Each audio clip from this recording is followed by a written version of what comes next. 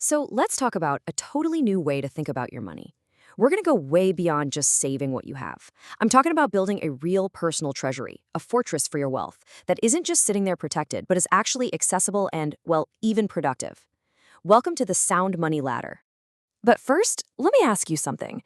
Do you ever get that feeling that the money in your bank account is worth a little less every single month? You know, that $100 just doesn't stretch as far at the grocery store or the gas pump as it did last year? Well, you're not imagining things. There is a hidden force at work. And that force, it's inflation. Year after year, it's like a silent thief, just quietly eating away at the purchasing power of currencies like the US dollar. It's this slow, steady drain on everything you've saved. And that is the core problem we're going to tackle today, starting with the very first step on our ladder. Okay, let's start at the bottom, with the foundation. This is all about shielding your wealth from that inflationary drain by putting it into something real, something tangible, and, most importantly, something you can actually use in your day-to-day life.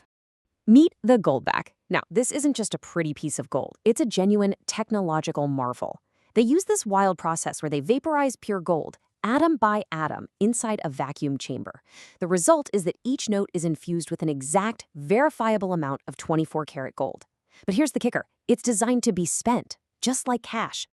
This image lays it out perfectly. Think of this as your personal treasury. Down at the base, you've got your big physical precious metals. That's your solid foundation. A layer up, maybe you have larger gold coins. But right at the very top, the most accessible layer, that's where goldbacks live. They're your walking around money, the transactional currency designed for daily use. So why even bother with them?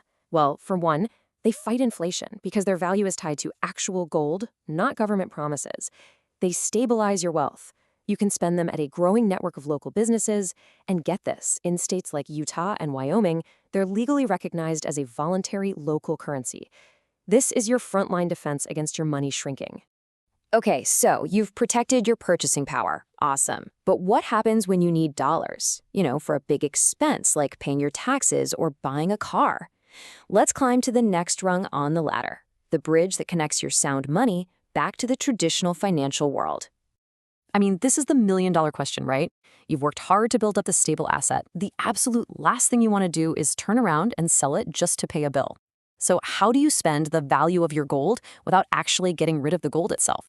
The answer is something called a gold ELOC, which is short for Gold Equity Line of Credit.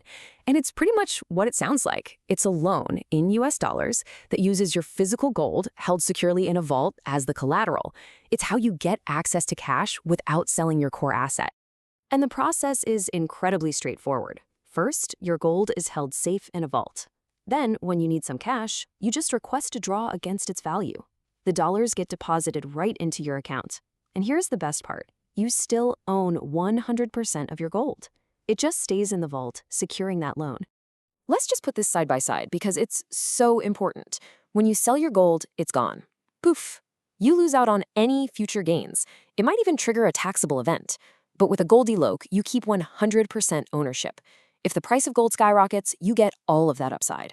And because it's a loan, not a sale, the tax implications are totally different. It's a flexible tool, not a final permanent decision. All right, now for the top of the ladder. This is where things get really interesting.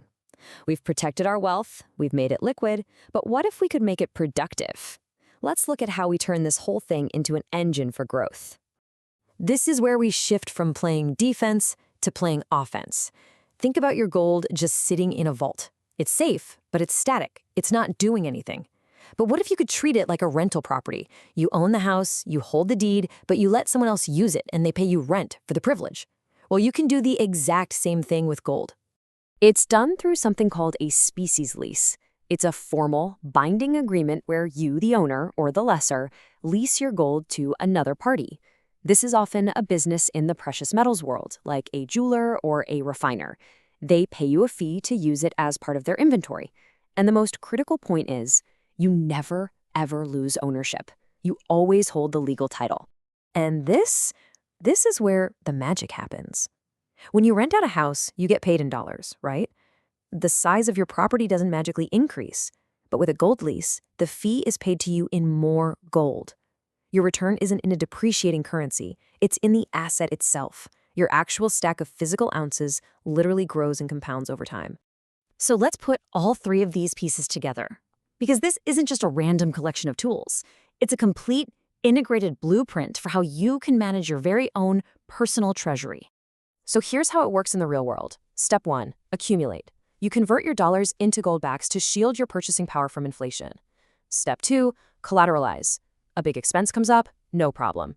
You use a Goldilocks to get the cash you need, and you keep your gold intact. And step 3, compound.